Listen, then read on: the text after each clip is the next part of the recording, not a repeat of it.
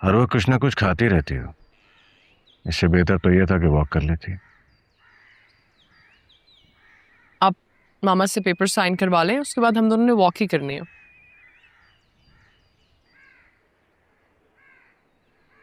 تم مام کو دیکھو نا، وہ اپنا کتنا خیال کرتی ہے، آفس کے بعد واک کرتی ہے، اس کے بعد 2 گھنٹے نکال کے جم جاتی ہے۔ اس دن مسز کریم بھی کتنی تعریف کر رہی تھی اس کی۔ اچھا بس کر دو نا، ہر ایک کا زندگی گزارنے کا اپنا سٹائل ہوتا ہے، رمشا کو کسی سے کمپیئر کرنے کی ضرورت نہیں ہے۔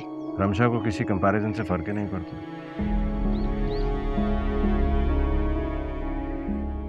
پھر چاہے لوگ اسے باطل کی ماں سمجھیں یا پھر اپنی زندگی سے ناخوش، she don't care۔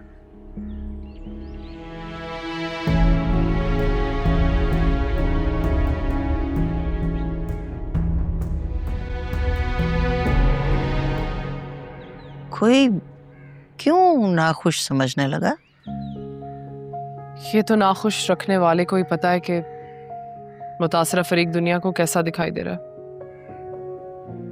مطلب ماما آپ چھوڑیں ان باتوں کو، مجھے یہ بتائیں کہ منال سے بات ہوئی آپ کی کہ نہیں؟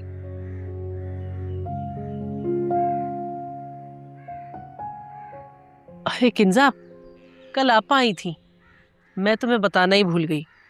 کافی دیر تک وہ تمہارا انتظار کرتی رہی کہ ملاقات ہو جائے، لیکن تم گھر ہی اتنی دیر سے لوٹی۔ وہ اماں بس کل فیئرویل پارٹی تھی اس لیے دیر ہو گئی۔ وہ منال کو پوچھنے آئی تھی، میں نے تو انہیں بہت روکنے کی کوشش کی کہ آپ رات کا کھانا کھا کر ہی جائیے گا، کنزا سے بھی ملاقات ہو جائے گی، لیکن انہیں بہت سارے کام تھے اس لیے وہ جلدی چلی گئی۔ ظاہر ہے جب گھر کے کام بھی خود کریں گی اور روپے کمانے کے لیے الگ سے محنت کریں گی تو مصروف تو ہوں گی نا۔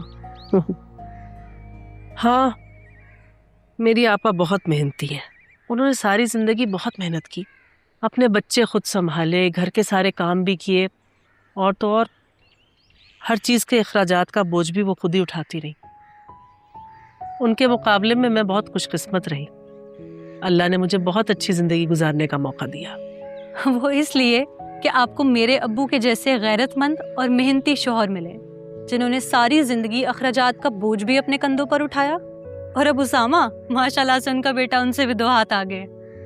اس میں تو کوئی شک نہیں، عثمان نے مجھے کبھی کسی چیز کی کمی نہیں آنے دی، نہ ہی کبھی کوئی اضافی بوجھ ڈالا مجھ پر، بس بچے اور گھر یہی تو میری ذمہ داری تھی۔ لیکن اماں دوسری طرف خالو بہت ہی سست اور معذرت کے ساتھ کام شور ہیں۔ پہلے خالہ بچوں کی پرورش کے ساتھ ساتھ لوگوں کے کپڑے سلائی کرتی رہیں، اور اب باقاعدگی سے بریانی اسامہ کو بنا کر بھیج رہی ہیں۔ نہ کبھی سمیر نے روکا اور نہ کبھی خالو نے۔ بہت ہی شرم کی بات ہے ویسے۔ ہاں تم ٹھیک کہہ رہی ہو، اور مجھے بھی اس بات کی بہت پریشانی لگی ہوئی ہے۔ اس گھر کے آدمیوں کو تو جیسے عورتوں سے کام کروانے کی عادت ہی پڑ گئی ہو۔ تم بھی جاب کرتی ہو۔ ارے امی پریشان کیوں ہوتی ہیں؟ بس ہم دونوں بھائی بہن کے لیے دعا کیا کریں کہ اللہ تعالیٰ ہم دونوں کو ہر دھوکے سے بچا کر رکھے۔ انشاءاللہ۔ انشاءاللہ۔